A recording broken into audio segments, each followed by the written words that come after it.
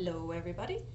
I'm just gonna jump right into it. I think I'm the first one this week, maybe? I don't know. So we'll just get right to the question. How have social and romantic relationships been changed by technology, and what changes does the movie highlight? And how, according to the film, has sociality been altered for Westerners in the digital age? So I thought of a couple scenes. Obviously, the whole movie is kind of a pretty good representative of how things have changed and how things are going to continue to change. The one that obviously happened right away and kind of took me super off guard because there was not a warning. I mean, I was okay with it, but I was like, whoa, I wasn't ready for it. But was the sex scene at, I think, 7 minutes or something. That just kind of reminded me that even in today's day and age, and I assume this is only going to get worse, there is instant access to sex all the time. You can turn on your phone and access it. You can access porn, you can access sex services, pretty much anything. There's instant access on your phone all the time. And that's definitely, I think, changed the way that people socialize, and especially in like the dating scene, I guess, or how people go out to meet potential romantic relationships, or maybe they don't want a relationship. It's just sex is very casual and not in the way where you just go out and meet somebody organically and end up hooking up with them. It's just like you can literally shop for your next hookup, and it's really shallow and definitely a byproduct of technology, I guess. Another one, I was just going to say that it's acceptable in this world to date an OS or an operating system. Like, a lot of people, once they become more prevalent and normalized, it becomes kind of acceptable. Like, he's nervous to tell anybody that his girlfriend is an OS, but then he finds out that his friend Amy was also bonding with hers, and that's when he finally comes out and starts to tell people about it. And people are so cool with it that they even invite him and his artificial girlfriend for double dates and stuff, which I thought was kind of unusual, but interesting, I guess. Another scene was the part where Theo is talking with his ex-wife, and she tells him that he's incapable of processing real emotions or handling real emotions. I think that just kind of reflects an inability to be vulnerable and open, which is an issue that a lot of people face today, and I think that has a lot to do with technology as well, because people feel safer when they're hiding behind a screen, when they can, I guess, be anonymous, or not even anonymous, but just feel like they have more time to consider what they're going to say and reconsider what they're going to say.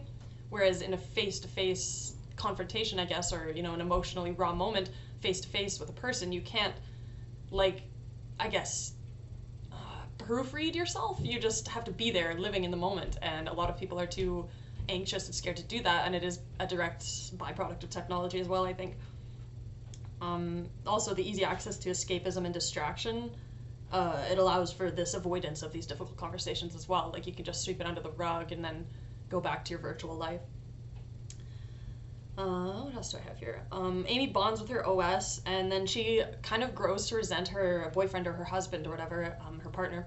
And I'm not sure, I can't remember in the movie if they had prior issues. I know it was kind of suggested or implied that they were having issues in the way that he didn't really take interest in her work with her documentary and didn't really listen to her, and kind of just like constantly undermines her efforts. So, like, obviously there were some pre-existing issues there, but it seems to me that as soon as she got her OS and kind of found that connection with something else, she just took it upon herself to end her relationship entirely, which I think that happens with a lot of relationships, is they feel like they find that validation and that satisfaction in something else, in technology or in somebody else online, and then that real person face-to-face relationship kind of goes by the wayside and it takes second priority. And as soon as that happens and you stop prioritizing that real relationship, resentment is going to eventually grow and inevitably lead to a separation, or just more issues.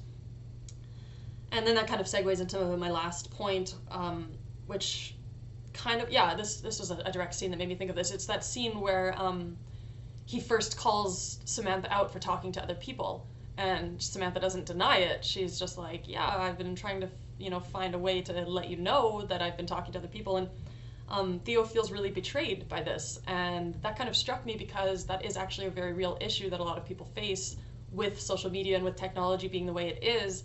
Everybody has instant access to everybody else all the time, so you kind of have to invest a lot more trust in your partner, because it's not just like they can go out to the world and access all of those people, in the city, but they can open up their phone and they have access to millions of other people that they can talk to, that they can get validation from, that they can get this sense of fulfillment from. And so in this day and age, you kind of just have to trust that your partner isn't looking for that in someone else. And I mean, it's confusing because you could be in a relationship that feels 100% stable and it feels like everything's going good, but then secretly they've been talking to someone else behind your back the whole time, and then sometimes they'll break up with you and it comes out of the blue and you're like, how could this happen? I wasn't suspecting anything. And that's the scary part about it, is that you wouldn't, because it's so easy now with social media and with online access. Everybody has access to everybody all the time. And yeah, it's just, when you have access to that many people at the touch of a button, it's almost too easy to be unfaithful, you know? And that movie, or the part in the movie, really struck me because Samantha didn't seem at all bothered by it, because she obviously processes stuff at a different way and at a different level than would a human, being an artificial intelligence. She obviously didn't consider that it would make Theo feel like it's not exclusive. Like, Theo told her everything, and he knows that she knows everything about him, but then he finds out that he didn't know everything about her, and so he feels betrayed to a certain degree because she was keeping secrets, and she wasn't telling him everything, even though she said, like, oh, I can tell you everything, and da-da-da. And so I think that made him feel really like the relationship was one-sided. And I don't think that that's a phenomenon that's exclusive to the movie. I think that happens quite frequently, and it's pretty upsetting how regularly it happens probably in this society.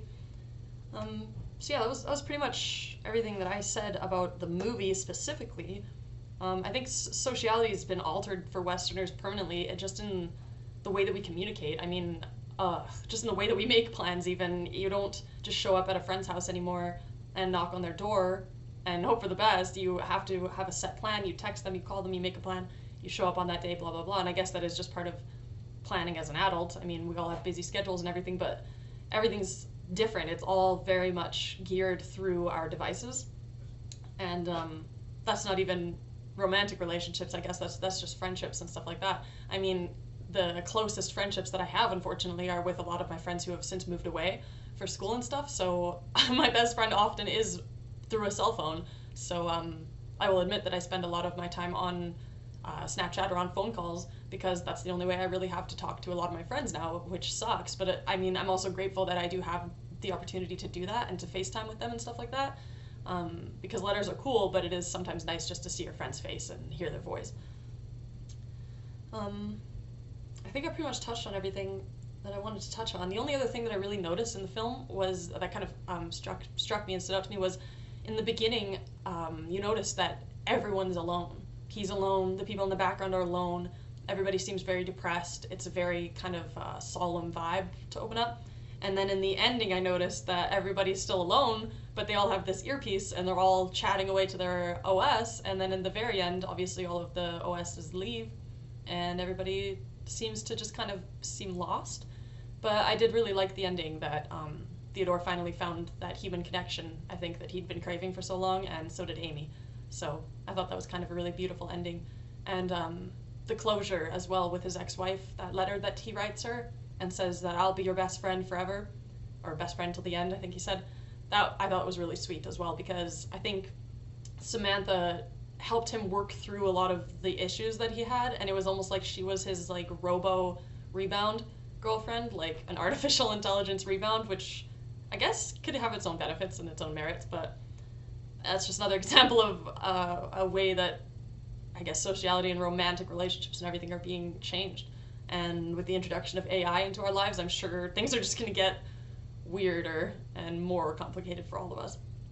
But yeah, I'm going to cut myself off here before I hit 10 minutes, and I can't wait to see everybody else's comments and stuff. This is a really interesting movie, and one that I definitely misinterpreted the first time I saw it. The first time I saw it, I think I fell asleep and I thought it was about some guy uploading his consciousness to like sleep with an AI or something. Way off. Way off. Yeah, I guess not that far off, but still. Anyway, yeah, I will see you guys in the discussion post, and have a good week.